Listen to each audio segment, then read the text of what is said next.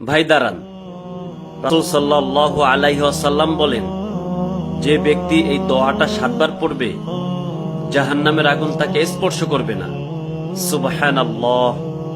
দোয়াটা হলো আল্লাহুম্মা আজিরনি মিনান নার।